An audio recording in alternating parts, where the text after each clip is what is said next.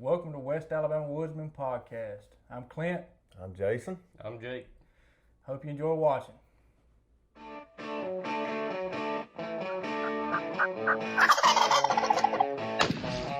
Out front, bigger.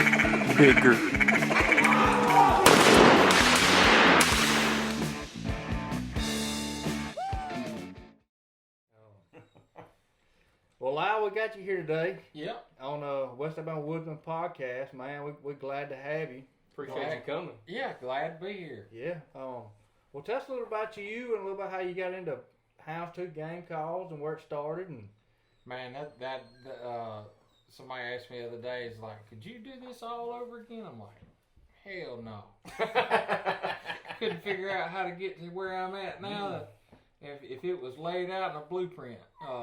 But yes, we have Houndstooth game calls. I guess we're going on, we started it in 2010. yeah. And I started it out of the love for turkey hunting. I was a timber buyer, and every landowner around that I was buying timber from liked turkey hunting. Yeah. And I was still guiding turkey hunters over in East Mississippi at a place that I still hunt today. But Been there. yeah, got to shoot building mouth yippers and started off there. And I just happened to move when I moved to Tuscaloosa, because I moved from Scuba and Geiger area you talking about. Yeah. I mean, I still hunt a lot around that area, but the little fellow that I moved beside, the older gentleman, he pretty much taught me all about woodworking, and he was a turkey hunter, and he pretty much, he taught me everything I know on the wood side to get me to where I am today, and then. But yeah, that's kind of how it was. Just I was guiding turkey hunters still, and I was buying timber for a company out of Greensboro. And man, you could go to somebody find out landowner find out you're making mouth yippers, and they're good ones, and you get a kind of that going. Next thing you know, you turkey hunting and buying their timber. Yeah. Well, so it was like a double dip. Win-win Snowball situation effect. there. Yeah, and and then it just it snowballed from there. Heck, and then one day it came. This is kind of the people I was buying timber. I still think the world of him. He was a good guy, but the timber industry has gone the way it's gone. It got to be where it was too hard to with mills. It got to be too hard to work with loggers at times. But I kind of saw the writing on the wall. Yeah. Thank goodness Houndstooth was at a point where I was like, it's either I got to jump, or I got to sit on the other side of the fence. Yeah. And figure life out. And I was like, well, I'm already here at this point. Why not jump? Might as well jump high. And that's what I did. And I hadn't looked back. And it's been a family effort, to get it to where it's been a lot of support from friends. Jason's one of the people that, I guess when I moved here, he's one of the first people, or once Houndstooth was just starting, he's one of the first people I met, that we just became friends. And been friends ever since. Yeah, absolutely. Ducks Unlimited Banquet? Woods and Yeah. Water? Yeah, it was something around that. You had some duck calls. That's right. We were doing some duck calls, and doing mouth calls, man. Yep. And turkey hunting was a whole lot easier on me, because I just duck hunting, man.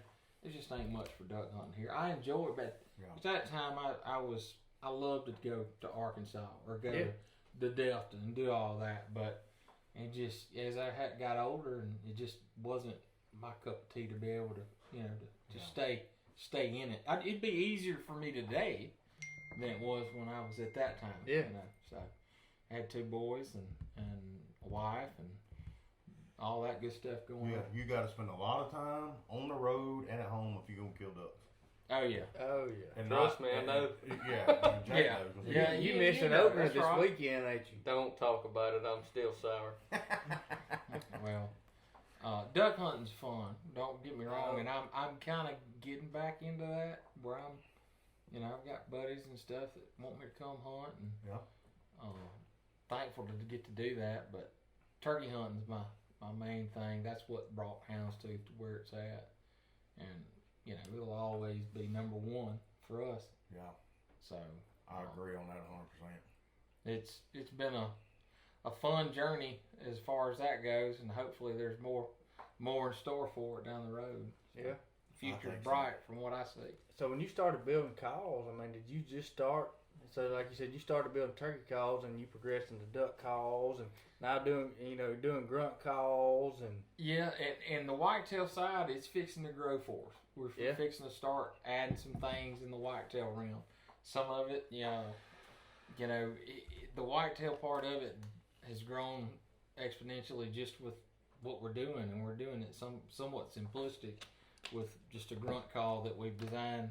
Because I have a picture of it from 2013, I believe is the picture that I was looking at the other day. But that and apparel and all that, man, it's hats and there's so much out there. I think we have 93 products online, counting apparel, Wow. whatnot. I mean, it might be That's a crazy. tube call. It might be a tube call reed set with an O-ring. It's all, it might be chalk. They're pouches, whatever it is. Yeah. So there's all kinds of stuff. But the duck call stuff was, for me to be here in Tuscaloosa, it was hard for me to do that. I had plenty of support. Now wood duck, I can sell it all day long. yeah. Oh, Everybody knows I that. remember them little small wood I duck still calls do. you I made. still do. I wood still duck- got one I, of them. I still do wood duck calls because there's so many mud puddles around here, and kids like to have a wood duck call because that's what I had growing up. Yeah, I wish I would've. there's 4 or 5 good roost holes between here Hey, I and know. Western and Oh, Alabama. yeah. You Yeah. can Yeah. you kill some wood ducks. If the I remember occasional right, Mergansers and you, Oh yeah. you started out in your garage at the house, right? Yeah. Well, I actually. Or at least that's where you were. I actually started it when I lived in Idlewood. Is that And that is Idlewood. That's where Mr. Maddox lived. Yeah. is that when Chicken lived across the street from you? No, this No, was that the was house in Quail Ridge. before. Okay. That's Quail See, Ridge. I met you when met Chicken me was once across the before- street 'cause when I was we a built- freshman we in built high that- school. We built that house, so that's where we lived for 15 years, Okay. and then we just Yeah, moved. y'all just got out of that house. Yeah, Yeah. we moved to Havana. What, 2.5 years ago? We built a home, 'Cause bought it's- some property. At that point when I met you, your whole setup was in your garage. That's right. and that was that's how you right. were running your At the- business. About the time I got out of there, like my wife came home and she was cooking dinner in the kitchen there, and I had a air compressor in the kitchen running, and I had this guy build me this mouth call making machine that was a pneumatic press with a foot pedal on it, and that thing patow, patow, and then you'd hear that thing, and she's Building like, up pressure. yeah, she's like, you gotta go find a shop.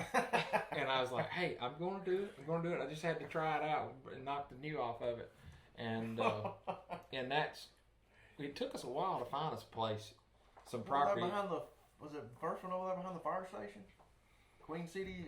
Yeah, that Queen used to City be the and- church. It used to be the Methodist church. Yeah. Yeah. Oh, yeah. Yeah, that older neighborhood right there. Rusty Tennell, Randy Tennell's mother and dad lived Idlewood. lived Yeah.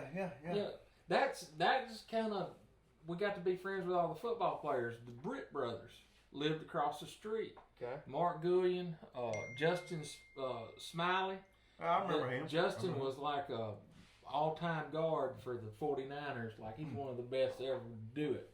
And they lived across the street and stuff like that. So, but me and Mr. Maddox, we used to get there out there in that wood shop, and we started turning tube calls and little duck calls, and then fooling with box calls, routing box calls out, and routing friction calls out. And that's kind of how that. I guess when I met you, you were still in Idlewood.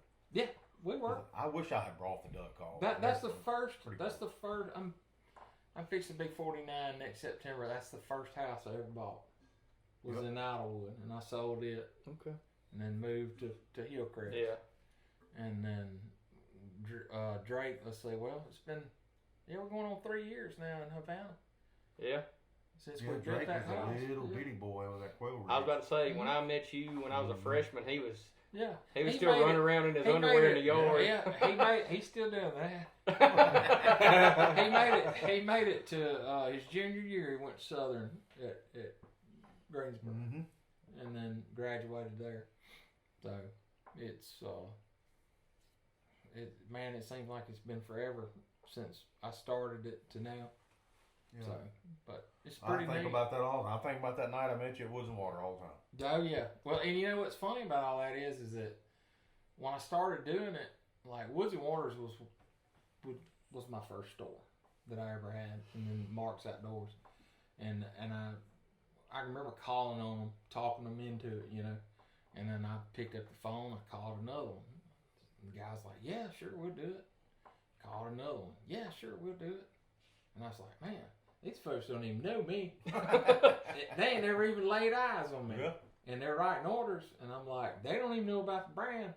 I said, so maybe I can sell this stuff. And I'd say probably 90% of the folks that we sell to never even seen me unless they saw me on the internet, you know. And I'm sure they have because they see new stuff that we put out. And they'll call me, hey, I saw you got that. And it just kind of snowballed into that with the wholesale part of the side, part of the business. I remember one time I think I called you. I was on the way to Florida or something. You were like, I got a store down. This was probably 10 years ago. I got a store down there in Marianna, Florida, south of the interstate, somewhere. That's right. Yeah, sure do. I still got it. Really? Still got the same store. And we got other stores, but you know, everybody. I get tickled now. I want to tell y'all, everybody doing all this stuff and working. It sounds fun, and it is fun. But to be successful at it, it is when you come home, you know, doing it as a part-time job. That's when your other job starts, when you got home. So I can't tell you how many 2 and 3 o'clock mornings I had. Filling orders. Yeah. And I still get it. I had a guy the other day that we did business with. He goes, man, these folks around here just think you printing money. And I tell him, good, tell him I am, because I'm working for it every dollar I get. And it's still that way. It's nothing given to you.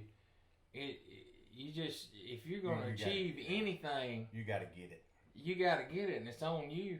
And it looks great at the end of the day, but you know that's how we built it. I mean, my wife, Chase, Drake. I mean, Chase probably built more mouth yuppers than any of us growing up. I remember in high school, I'd tell him I broke mine. He'd bring me one home or bring me one to school the next day. I built that last night. I appreciate it. You know, but I get tickled when I hear it. I love to hear people say that because I'm like, y'all have no clue. And if there's a double-edged sword, you have no clue what I sacrificed to do this. Yeah, but it's fun. Yeah, it's fun. You know, give and take. Buying timber was fun, man. I could go. It didn't matter if I got home at 7, 8 o'clock at night. I didn't care. I was in the woods, and I still though that wasn't in my chips. You know, to be this far down in it, but it's fun to look back and go, man, I created something that wasn't here, didn't exist, and now it's here, and it's a bigger monster than I ever realized it'd be, and I'm happy with where it's at. So, because it's afforded me and all of my family a lot of perks. I've gotten to do so many different things with people that I never thought I'd be doing it. Well, you know. And I was talking about a second ago, the double-edged sword. What's your busiest time of the year? Turkey season. February, March. Man, what's the one thing you want to do during turkey season? So, life at Houndstooth to this day is it starts to pick up. Which my goal with Houndstooth, I can sell any time of the year. Not like from November on. Anybody can sell it. I can take anybody and sell it. It's the summer months. Yeah. And that's what I've concentrated on, and our summer months are now unreal due to some of the things that we do, the apparel and stuff, and watch the growth of the people that just through the word of mouth and all that. But man, when it gets to turkey season, February is like the most stressful month because we got Nashville. I was about to say, I know you do. We literally pack up the shop. Used to we pack up the shop and I didn't have anybody to fill orders, and we'd roll in from Nashville that night and stop at the shop and fill orders till the last order was finished out of the trailer as we had girls unloading, Yeah. and then we'd make it home and then come in late the next day. But man, we that, and we're also shipping wholesale orders. And man, I've always looked at it like I was just y'all buying from a website during turkey season. If turkey season's right here around the corner, or, you order today and it's 2:00, I still have time to go put it in the hands of the postal service. So we always ship like day of or next days at the most. It's never 2 days or 3 days. Yeah. And that's where we've shined with that. Well, man. that makes a big difference. It does to me. Yeah. I was about to say, it's a hustle. you want that turkey call in your hand as soon as you can get it, so you can start running and getting ready. Well, I had to order a new Echo insert for one of my Echo calls, one of my acrylic duck calls, the XLT. And I called the guy yesterday, and he said, "Look, the quickest way to do it," he said, "just get on the internet, click on there, and get what you want, and order it." That was yesterday at lunch. Well, it went out this morning. I was like, heck yeah, that's cool. Pretty good. Yeah. I'm happy with that. Well, that's what you got to do. That's what you got to do if you want to be successful. Mm-hmm. If you want reorders, you want that's Get it to them as quick as you can. Mm-hmm. Yeah. So it's we pay real close to our customers, close attention to them and their needs and what they want, and they're the ones that prop you up. That's the ones you got. Yeah. We had a conversation the other day, and I was like, I ain't worried about what this call maker's doing. I'm worried about what my customer is doing. People that are supporting you. That's the ones that pay my light bill. Because ain't nobody ever paid my light bill but me and my customers. So if they ain't happy, I'm not happy. If I can write that check out on power, we good. That's right. Yep. That's right. So, but it is fun to do, and I'm very lucky to be able to do it and get to chase turkeys. And getting back to that, what's turkey season look like, or when you're busiest? The good thing about it is I got a place that I can hunt pretty close from the shop, and I can be back at the shop by 9. But I don't hunt every day. People think I hunt every day. I do not. I generally start hunting about Thursday, and I'll hunt Thursday morning, Friday morning, Saturday, Sunday. Yeah. And I have to space it out. If I go every morning, I can't work. I'm wore out. After about 3 days of that, oh yeah, and you don't get no sleep, and you're going to bed at 10 at night, you're gonna be tired. Yeah, remember that same bird 3-4 days in a row. And you didn't walk 5 miles a day. I got a story about that with him. Yeah, you probably won't remember this. Me and Chase were going down to my place in Moundville. I remember y'all hunting down there. We hunted the same bird 2 or 3 days in a row, and I finally got fed up. I said, "I'm asking for help." And I drove over to your house, and I asked you what to do. You said, "Get down back in that bottom. Don't say a word until he gobbles 2 or 3 times. Let him know where you're at. And then don't do a thing. Put your calls in your pocket." Yeah. You said it might take 30 minutes. It might take an hour. It might take 4 hours. It was probably an hour and a half. Yeah. Here he come. Super Jake. Super J. Hunted the same bird 2 or 3 days in a row. Did you kill him? I can't. No. Didn't kill him. I can't do that. Well, I wanted to. oh, I know. I was mad. But I wouldn't knowingly do it, because Clint and I just talked about this about 2 or 3 nights ago, or whatever I come over yesterday. Yeah, it was yesterday. I wouldn't knowingly do it. He said, "How many?" I said, and I think I remembered every single one of them. I think it was somewhere in the neighborhood. One of them was meant to be, because that was the first one that I killed. I didn't know all I saw was a head. I didn't know if you had. I've done that before. That was the first one, but then there's been about 5 others. You walked up. I mean, and there's been a few that you couldn't see a beard. We had a big full fan, and he was standing in some burnt pines and had brush in there about that tall, and you kill him, you're walking here like, whoo, he got a beard. Thank goodness. There's been a few that had, and I was like, oh no. Like you said, I hunted one. He would gobble at daylight, and he would hit the ground, and that was it. He was staying down on the creek bottom, and then finally I put him to bed. One night I say I put him to bed, I heard birds get up and roost. After about the second evening of hunting this bird, I had to be at the fire department next day. 4th morning, I went in there. I didn't get in there till 8 o'clock. went in there, got on the creek, and I sat there and I clucked one time every hour. Because every time you call this bird, he'd shut up. If he heard a call, he'd shut up. So I would cluck one time every hour. Heck, 3.5 hours later, I'm sitting on that tree, old butt's numb.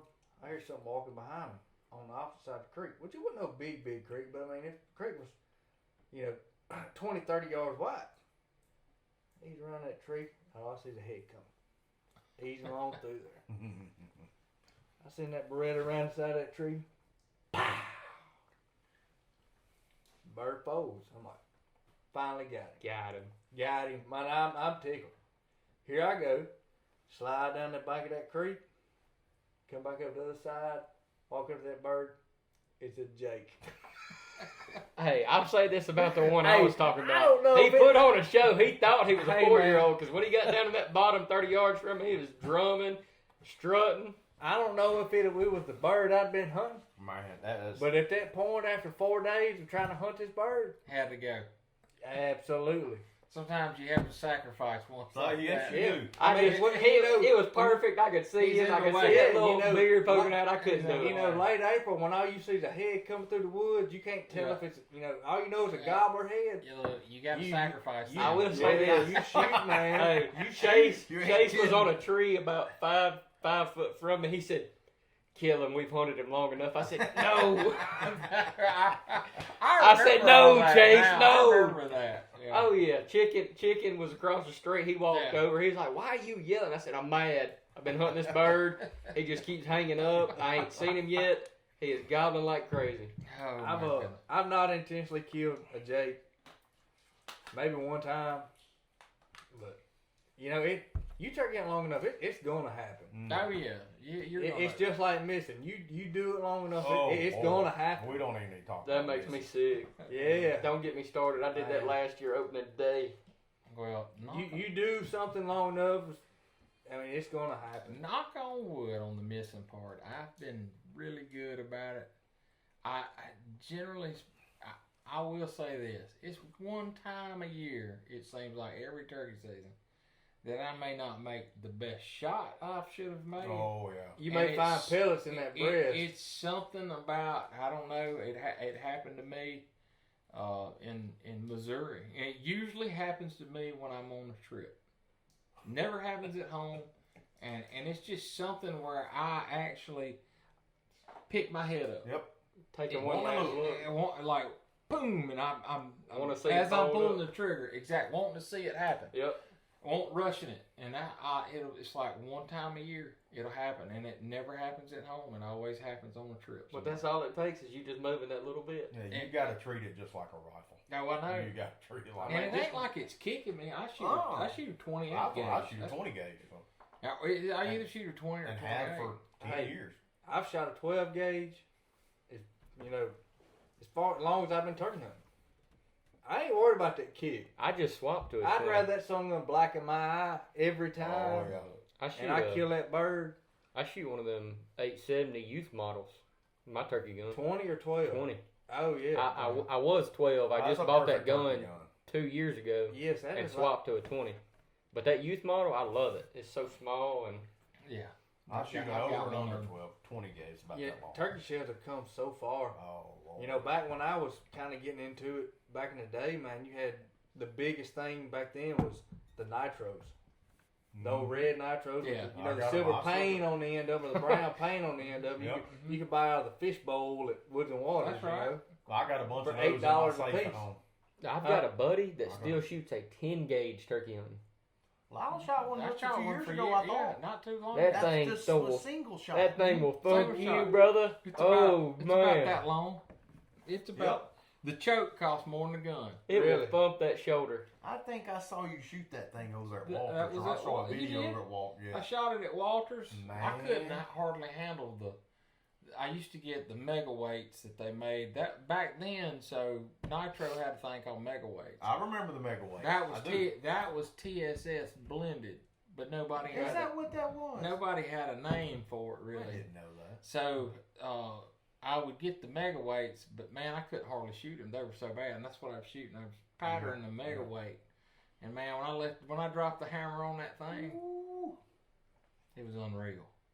It was like someone hitting you across the chest with a 2x4. It was relentless. Those things are terrible. It was so bad. I started shooting the 4x6x7 blended heavy shot because it wasn't even in the same ball game. Yeah. But back then, I could shoot a turkey 60, 65 yards with it. Yeah. Back then, before we had TSS. Yeah. But it was heavy. Yeah. You had a single shot, one shot to shoot. Man, it was stone cold stomping. I still got the gun. And my son wanted me to sell it, just get rid of some guns. Oh, no, you don't get rid of guns. No, you don't get rid of guns. I have an 835 in the back A Mossberg corner. 835. Oh yeah, back there in the back corner. And I looked at it the other day and I said, A retina detacher. "What you talking about?" Look, it would bruise. I don't know how it didn't break my cheekbone because I used to pattern so much from all that heavy shot and stuff, and I shot copper-plated lead number 6s, Winchester double X's for years, and killed a bunch of turkeys with them. And then the heavy shot stuff come out. And I was like, "How we need to try that?" You know. I don't know how my shoulder's not dislocated, but that thing was so bad. And I used to reload a lot, so it wasn't no problem to shoot. I would lay that thing up there on the sandbags, and I was been reloading a lot. I was shooting, so I was squeezing and I'd squeeze the trigger on that thing, and it would throw the spent shell out on the ground and throw another one to get ready to load. On 870. Without it, I didn't hold. Yeah, because I just All you I had to do was is push that it back. Yeah. Yeah. Yeah, all I had to do was push it forward. Yep. Those things were brutal. I got one. Man, it was a beast, but I tell you, I killed a bunch of turkeys with it. My friend of mine, Right. Kyle Woods, he shoots old 870 Super Mag Yeah. I with a got 3.5. I got one of them And, too. That's one of the. Man, That's a it fine. kills shotgun. me every time. You'll be sitting, to the side of him, behind him, and he'll shoot, and he'll just, you can see him kind of turn, and he'll just, when that bird's flopping, he'll just slide it back up. He never has to pull it back, he slide it Oh, back yeah. up. Automatic. Drake, so my youngest son Drake, he always wants to be different from anybody else. Well, he's been like that his whole life, as He's long as I've always- known him at least. He's I always do. wanted I to do. dang. He's be always different. been that way. He's always so we went to Florida a couple years ago, and I had an 871 and 12 gauge with 21-inch barrels. Yep. And he goes, "I'm shooting it." And I was like, "Dude," I said, Good luck. "You got $20,000 in shotguns, Benellis, and all these other fine shotguns, Yep. and you want to shoot this old 870 that's a 12 gauge. Not to mention, I have one that's a 20 gauge that shoots great with a red dot, and that's the one I'm shooting right there." I'm like, "Okay." So I made him pattern it with some 9s, 3-inch 9 TSS. And he made it through that process, and we went to Florida. I'll never forget it. And we got on some turkeys, and he had to get on his knees. And he was on his knees, and he was extended up as far as he could be. And there used to be, a long time ago, before everybody called them memes, there was like a little video of this. A vine or the- whatever. the- you yeah, call it back this then. guy had a turban on, and he pulls the trigger on the gun, and the gun. And the gun Yeah, goes they fast. were- I know what yeah. you're I talking can remember about. my dad Yeah. laughing about that. That's how long ago that is. And Drake is on his knees at full extension, and there's a big gobbler coming straight to his gun barrel. He's 20 yards, and when he pulls the trigger, boom, the gun just went straight out the back door. And I mean, when I say straight out the back door, it didn't just go from me to him. It was gone. Go. And Drake, and I'll never forget Drake go. Look back. Did he Like, kill the turkey? No, he missed it. Oh God, man. man. That's even worse. They don't call. I named him the Mangler for a reason years ago. I've got this big cedar board that has hashtag Mangler on it, and that was always a joke. But now he's gotten a lot better. We went through a lot of that, but I was just sitting there when you went talking about 12 gauge. That was the 870. That was the first thing that popped in my head. That gun going past me. Does he ever go up to Nashville, y'all? Yes and no. I didn't see him there last year. I stopped by and talked to you for a second, but he y'all were is- covered up, so I didn't stay long. Like I said, He is a complex animal at the moment, and but now he loves to hunt. I think he's planning on going to Nashville this year. So I'll be there. I'll stop by and holler at you again. oh yeah, look, that's a big. Those misses. Oh man, I was gonna stop and talk for a little while, but when I walked up to y'all's booth, there was people everywhere. I was like, I'll just wave and keep going. I waved at you, and then I hollered one this of the summer. reasons why I don't go. Well, crowds. I mean, I would love to go. I love The best day to go is Thursday. That's right. Absolutely. If you come to Nashville, come on Thursday. Okay. Come do that. And, You'll enjoy it Thursday. You'll enjoy it. Okay. Even Friday's not Early Friday. and then go do something like get you some tickets for the Ryman or something. Okay. And go see that. But about I don't know Friday, if you've ever been to the Ryman. I've never been to. You gotta go. About Friday evening, it starts getting packed. And Saturday, I'm not stepping foot in that place. I went and saw Clint Black. Oh man, With my buddy, looked like that's cool. And that sucker put on a show, and then we went to that. And my buddy was over there. You know how they throw the guitar picks? Yeah. So he's over there, and we've got these big their Miller lights are like. They're literally that tall. They're fence posts. The bigger than That's what they serve in light there. then. And we're having a great time. My buddy over there, he's always doing something, and he goes, "Hey, look at this." And I look, and I'm like, I look in his hand. I was like, "What's he got?" He's got like 15 or 20 guitar picks. How did he get them? I'm like, why did he brought all those guitar picks from Meridian just to go up there, wait for the guy to do that, and he'd take a guitar pick and he'd go, he'd fling it, and it, when that guy did that guitar pick hit somebody, and then they'd go all on the floor looking for it. And he did that, and they think they got one. Look, I was crying. Oh, I thought I'm gonna get thrown out of the Ryman here the first night, but you got to go. Yeah, if you come to Nashville. Come on that first night, that Thursday, do Friday morning, and then go take your wife to go do something. There's plenty to do, man. It's fun. I was about to say, I usually go on Friday morning, and it's not bad. Like, I always get to talk to everyone, and I caught him that afternoon, and he was too busy. Yeah, it gets where you can't. I pretty much just walked by and said, "Lyle, Summer, hey." There's a lot of my friends see that when they come through, and they'll wave, and they get it. They understand, because there's a lot of people that are there that I don't ever see, and they're customers, or they're from Wisconsin, or they're from North Carolina. But that's an undertaking. That's a cool event. I bet you were tired after that weekend. Yeah, think about it. I started it with one booth, and now we have 5 booths. Yeah, we have 50 foot. Really? Yeah, we have 50 foot of booth. Good and, gracious. We generally have 50 foot of booth, and we have 6-7 different people there working it. We even take the girls at the shop. When do you get up there? I get up there on like Tuesday. And we come in on Wednesday. They'll let us set up early. I believe that's how it went last year. And we set up early because I drive my truck in there. And they let me drive in there. I'm pretty sure that's exactly the way we did it. I know it is. And then me and my wife unloaded it all. We unloaded it all. Well, that's what I was thinking. Maybe I could come up there like the beginning when you go up there and help you set up. Yeah, man. We'd love to do that. Yeah. I mean, because look, I dang sure wouldn't turn you down. We quit doing like the overhead stuff. Like I'm past that. Yeah. I'm past that. Yeah. You know where I'm at. You can find me. So it's. But yeah, have you ever been to it? no, I've always wanted to go to the big knife. I love everything turkey, but it's not. It's a turkey hunt. I don't know if it's just because I'm old fashioned. Well, it's not just turkey hunting though. I mean, they got duck hunting, deer hunting, everything. I didn't want to It's get like all. outdoorsman paradise is what they say. I don't know. I just didn't want to get all up in the middle. I don't know. I don't do a whole lot of shopping. I usually go up there and I buy different trumpets that I collect. And me and my buddy from Meridian, he's usually there. Him and his wife with us, and he's always walking around trying to find trumpets that he wants to add to his collection and whatnot. But that's about the end of it. I don't get to really leave the booth. I've never really like walked it.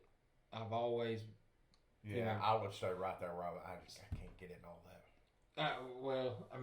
No, I can't walk it because I can't physically get there because of the people that are booth. Oh, really? We're that busy. I think you'd enjoy it on Thursday, Jason. Yeah. We need to make a trip up there, man. I think that would be. Are you making It's fun. any trumpet calls? I'm Didn't you actually, at one I time? am. I built a shop at my house to kind of catch the overflow of this shop here in town. Yeah. And let Drake kind of handle that when he's there at the house, or somewhere I can catch it, or I can, because there's sometimes I have to take stuff home with me, and I just soon as we'll take it home and work in the shop. So Because I believe in that different stuff. You know, I had Trumpets somebody, I had somebody make me a wing bone call. A couple of my buddies from actually they trumpets are a lot like that little call. Yeah. And they That's made easy me to call. a wing bone call. It was nothing fancy. It was out of a gobbler wing bones that one of them had killed a few years ago. And I'll tell you what, and them turkeys down there at Northeast Choctaw on the Tom Bigby, they're awful. Awful. Got them gnats. Awful. They got to be some of the original. They were terrible. And I always had trouble down there. I could never spend a whole lot of time. But I tell you what, I'm gonna mess one. I said I'm gonna mess one of these turkeys up. I took my wing bone call, and I went in there, and I got on the turkey, and of course the water was out. Water was everywhere. It's all river bottom land, and I was kind of on the edge of the hills, and some of them there was a bunch of those ditches and stuff full of water. The turkey he gobbled good, and he actually came to me with a mouth yelper. It was a Houndstooth. I don't know which one it was, but he actually came to me, and I was like, "Where'd he go?" So after he left, I heard him gobble way on off, I don't know, a couple hundred yards. And I walked down there, and there was a bunch of water, probably about 100 foot wide, nothing but water. And I was like, all right, well, let's get around it. I said, I'm going to mess this turkey up. So I went and sat, and it was like I said, it's right there on the river bottom. And I sat beside a great big old red oak. And I yelped one time on that wing bone call. Mm-hmm. Oh, yeah. Okay. I sat there about 10 minutes later, and I yelped again. He was closer. All right. You finding out about the Man. those Jedi moves. You ain't lying. I guess it was like a ninja. When I think it's just sat there something they've never heard. a few or minutes not later, much. you could see him. Yeah, I could see him in them hardwoods, and he'd get over there, and they always want to do that. They would go back and forth, and I clucked on it 2 or 3 times. Yeah. And then all of a sudden he come right in there. You killed him. Yeah, it had like He inch come and on a down quarter the spur, bird, like 11-inch beard. Oh or something. yeah, and look, the thing about a trumpet is that you won't overcall because you're scared you're gonna mess up. That's exactly right. You ain't That's gonna call exactly here as right. much. It's easy to. It is, and You don't want to do it a lot. I'm pretty prolific with it, but I remember the first time I saw a trumpet is I went to East Georgia to hunt with a buddy of mine. A couple folks went with us, and it was all public land. And man, we killed several turkeys with trumpets, and I didn't have one. Yep. And he gave me the name and number. This has been years ago. This was a long time ago. I'd have to look through my pictures. But anyway, it wasn't no iPhone. Put it that way. So Flip phone. if it was a flip phone because the photos are horrible. And A Motorola Razor. yeah. Oh yeah. Yeah, I asked him, I was like, where do I get one of those trumpets? He goes, call this guy right here. And I called him, and it was, the guy goes, hey, it'll be $180. I was like, Yeah. I laughed. Yeah. I laughed at the guy. The guy took offense to it because I thought they were playing a joke on me because I had given them hell about walking around with little magic sticks, Mm-hmm. pixie sticks. I'm just messing with them. We were all buddies, just ribbing each other. And he goes, "No, son, they're $180." I was like, "Okay." So I kind of put my foot in my mouth. Here, here's my credit card if you need it or whatever. Yeah. And I got it, and it was a Billy Bice who I was calling. I was talking to. Mm-hmm. He's one of the most collectible trumpets that's makers is still around. Yeah, those are. Well, let me tell you something.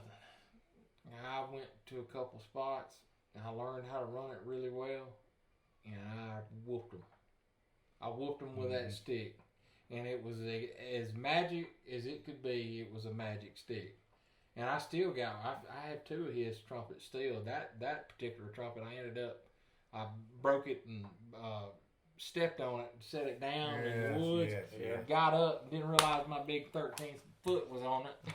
I worry about that wing bone call. Yeah, but I would imagine it would be hard to buy a trumpet of his under anywhere from about probably $550 to $1,000. Great. He's an older. I was looking at him in Nashville. I got one in my truck. I was looking at him in Nashville, and there were some that were like $2,000, $3,000. Oh yeah, I've got some of them that are worth close to that. I can't imagine toting that in the woods. Yeah, that's something you stick on the shelf. I looked at one that a buddy of mine bought. Kill them turkeys, I'll take it. Ain't no doubt. But I spent a lot more to kill a You turkey. ain't lying. But diversity in your calling, and that's one of the cool things about being in the call business, man, is that I have a diversity, being able to yelp with a mouth yelper, being able to run up that, a trumpet. There's so many different things that you can. That different sound kills turkeys. It's great to be a woodsman. Yeah. That is 100% top. But when you take the woodsman side of it and add the sharpness and the know-how of calling, and add the realism and adding to it, honing your skill, just sharpening your tool. Yeah. And if I had to compare it, that trumpet is like, it's not anymore, but like a cut down duck call. Yeah. I remember when those got popular. Yeah. It was insane. Those are very You could popular, break ducks from the heavens. Yeah. That first year that everyone was blowing them in the woods on public land in Arkansas, it blew my mind. Oh yeah. Yeah. Ducks you would not even think about breaking. They were breaking down, cupping up, and coming in. I always said my favorite situation later in the season was somebody that wants me to go turkey hunting with them, that they've got a turkey they can't kill. And they need help. And they need help. And they look at you like a superhero, and it's really walking there, and you did everything opposite that he did. Yeah. And I've been in a rut like that. I've got a buddy of mine that he's caught up several turkeys I got in the crack, and I just scratched my head. But everybody does it different. Sometimes it takes a little something. Oh, the curveball, different, and it makes it does make a difference, Nobody hunts Not all the the same. time, but sometimes.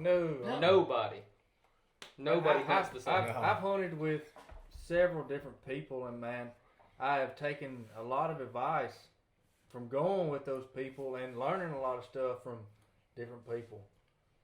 I was waiting at Jesse.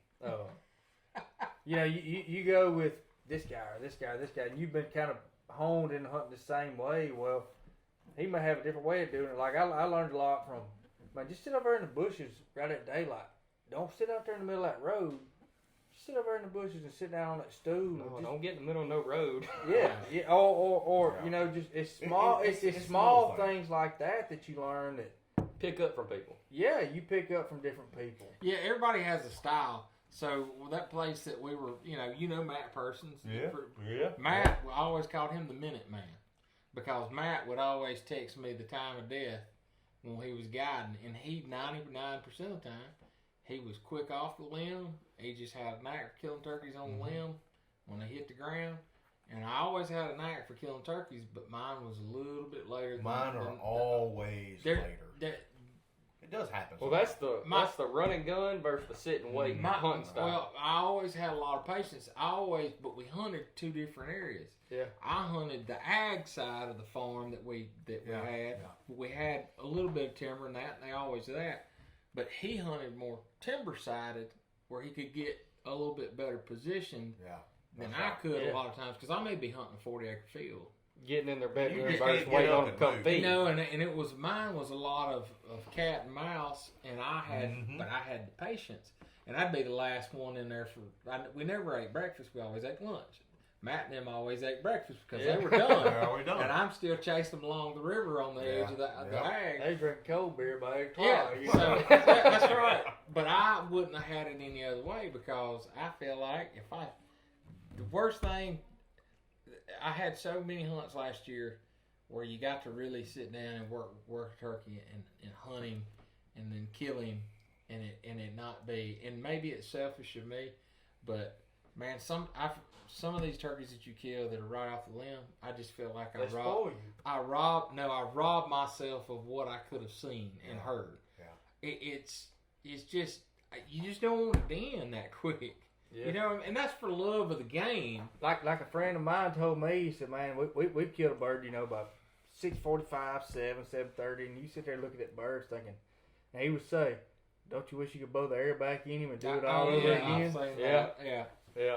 I mean, I'm thinking, yes, absolutely. I would love to be able to That's that all over why I again. continue to go back. Yeah, I would love to That's blow why the I air continue back to in go him back. and run that whole situation over again. And what's crazy is no two turkey hunts are ever the same. Every single one is completely different. Hey, you were exactly right. How many birds have you killed? And I can say this because I've killed several birds off the same exact tree. It's just one of those deals where those birds like to hang out in that one particular spot. It's their area. But there's something about that hunt that is different. He may come from this side, or he may come from this side, or it's something different every time. Every single time. You can sit there and kind of Monday morning quarterback that whole deal, but like you say, you learn something from every hunt that you go on. Oh yeah. If you don't, then you're not paying enough attention. If you don't, you need to be. Yeah. You're not paying attention if you don't learn something. Yeah. Even if you mess up and blow the hunt, learn from Hey, it. I don't need to do that next time. Yeah, I mean, I should have shut up, or I should have just sat there and been patient, because the best advice I've ever gotten, patient puts them on the tailgate. Yeah, if you're, and that's why I always said what I said about talking about my buddy Matt. Matt is great at what he does. I'd take him any day of the week. He's a hell of a turkey hunter. But my key feature is patience.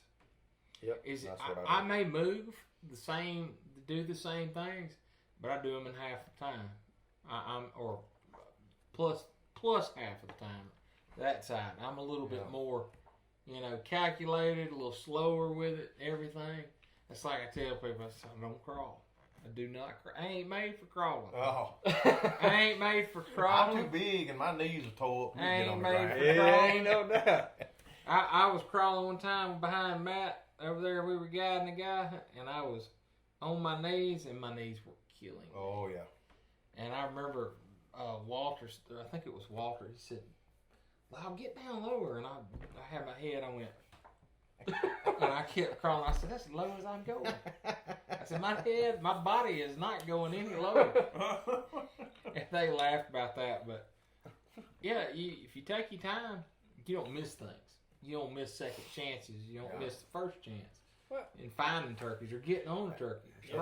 You also got to think about, a lot of times, you've hunted enough turkeys. A turkey, he ain't in no hurry to Never. get anywhere. Never. No. I've So never killed one. I've hunted with guys that are like, hey man, we got to go. We got to run down this road. We got to get. Hey man, take your time. Ease down that road. See what he does. Yeah, because he may be coming down that road. You may be coming down that road. You may be hauling a buck down that road, and you may pass it. Hey, you may think he's going. Well, hey, you know what? I'm gonna go this way. It's there's no sense in getting in a big hurry. Now, if you hear him from 450 yards away, let's step it You up gotta a little close bit. the distance. Yeah, close 200 yards, kind of quick. It's common sense, though. Yeah, once you get into that final, that final 200 yards, 300 yards, you know what I mean? And that's just part of turkey hunting that you learn. Because when I first started, I'd hear him gobbling. Well, I wanted to get there quick. I wanted to kind of, and I bumped a bunch of turkeys doing that. And, or you'd hear him off a limb and at 150, 200 yards, and next thing you know, you right up under him. He wasn't as far as you thought he was. There's he may be you gobbling don't the even other need to way. set up on. You ain't lying. You need to let him go ahead You ain't and lying. Get on the ground first. get on the ground and just see what he's going to do. Yeah. And these two, man, if you're gonna kill these turkeys in West Alabama, East Mississippi, and even those, these public turkeys, oh my Lord. They're so smart. If you're gonna kill these turkeys around here, you got to have some sort of patience or something. I mean, It is. you got, Lesson and when more. you get, man, I used to, right after I moved back from Huntsville and I was at SC Bun, I had no money. I had no money to do nothing. And I think, and my buddies, Bart and him, and something, you remember the bicycle you stole off the street? I didn't steal that bicycle. Somebody had threw that thing out. And You talking about Bart yeah. He was like, man, you stole that bicycle. I did not steal crap. That's that. all Bart does. They threw it away. I love Bart. It was like, I don't know what the bicycle sizes are, but there's like it was a size too Was it small a for me. Huffy? It was a Huffy. Oh, And brother. I think I bought new tires and tubes from Walmart. Man, I put that thing on and I threw some camouflage paint on it, and I hauled tail to Mulberry Ford. And I was like, man, I would be going down the hill, and I think Josh was hunting with me one time, and he had a bike. He said, I'm gonna go with you. I said, okay. So we got to going down one of them hills. Had a flashlight right here, and then we're going down through there, and it's pitch black dark. And I get down to the bottom of the hill, we just coast all the way back there, and we got to walk another 200 or 300 yards or more. And I was like, what the hell is he? Well, he looked like driving Miss Daisy coming down that hill. He had the brakes on. I was like, no, man, you got to come on. We got to go. But I used to go up there, and like, you would hear turkeys, you would get back there, and everything was like old reclaimed coal. Like right up there around Yellow Creek, North Tuscaloosa County. Rough. And, man, what you talking about? Gore. And you would get up on top of those hills, you'd get back there, and it'd be right at daylight. You were, ooh. And it would go, and you'd be like, good grief. Which way do I go? Yeah, but it wasn't like that all the time. But sometimes there'd be a good many turkeys in there. Sometimes it wasn't. But I would go in there and sit down on turkeys at daylight. And talking about those bumping them, that bumping crap. That's where you'll stop getting in a hurry when you hunt hill turkeys. You hear them turkeys, and it's like, man, that turkey's way over there. Yeah. And he ain't You but get two up top ledges of the hill, it's over. like, you're like, but you get on them, and sometimes I kill those turkeys. You'd be sitting there 3 and 4 hours, never get up, never move, never do nothing. Your butt's about to fall off. You don't even know it's back there anymore. And a little while later, and you'll shut up calling. And a little while later, you hear, here he comes, and he's gonna pop up over a rock. Boom! That's all you're gonna get. That's my biggest challenge now, is my hearing. I just never Can't hear him drumming. Yeah. No, I can hear anything like that. I can't tell. I How can't, far? My distances Yeah. changing. Man, I got a best friend of mine. We've been hunting turkeys a long time.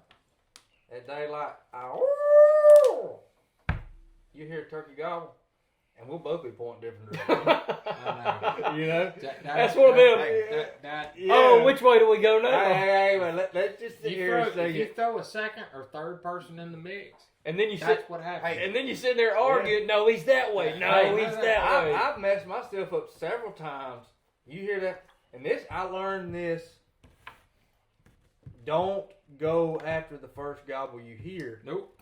Because not You don't know only what's in between there. you Which way he's exactly. facing on the limb. You may hear this bird gobble.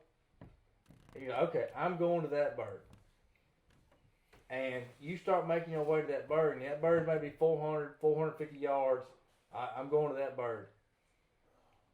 And about halfway you get there, you done passed the bird. He finally decides to gobble, and he was 200 yards from you from the get-go. Yeah. That's some of that stuff. And this happened this past year. Me and a friend of mine opened the morning. We standing in the road and did that. Oh, bird gobbles. He's 400 plus, and we start just kind of slowly making our way, and we kind of had to go way around to kind of get to where we was going to go to him. And as we were making our way around, pow, pow, 2 different birds gobbled together, and they was half the distance. Mm-hmm.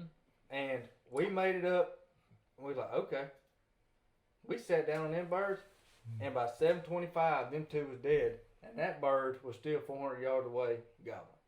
Oh yeah. And that just goes to show you, it took them other 2 birds, another 5 to 6 minutes before they ever decided, hey, it's time for us to go. One of the things that I learned, and I'll tell you, I learned this on Okmulgee, and I get tickled. Well, that place is tough. I get tickled on about people, and this is from I'm gonna tell you from a forestry standpoint.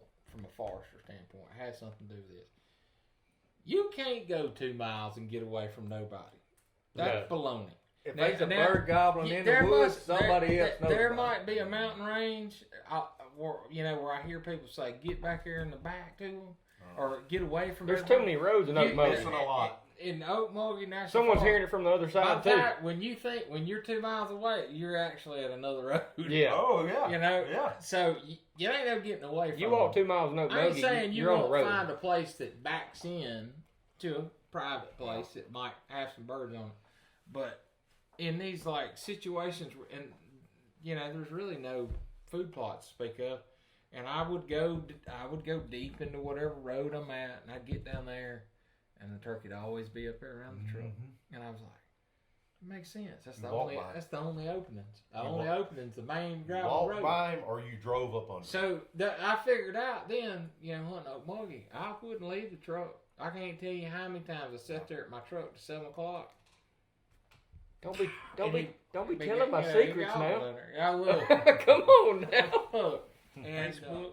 We always do all kinds of Facebook, Instagram stuff, and then houndstoothgamecalls.com on the website.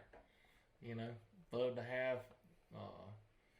If you want to try some Yelpers, there you go. Just go to the website and we'll ship them to you.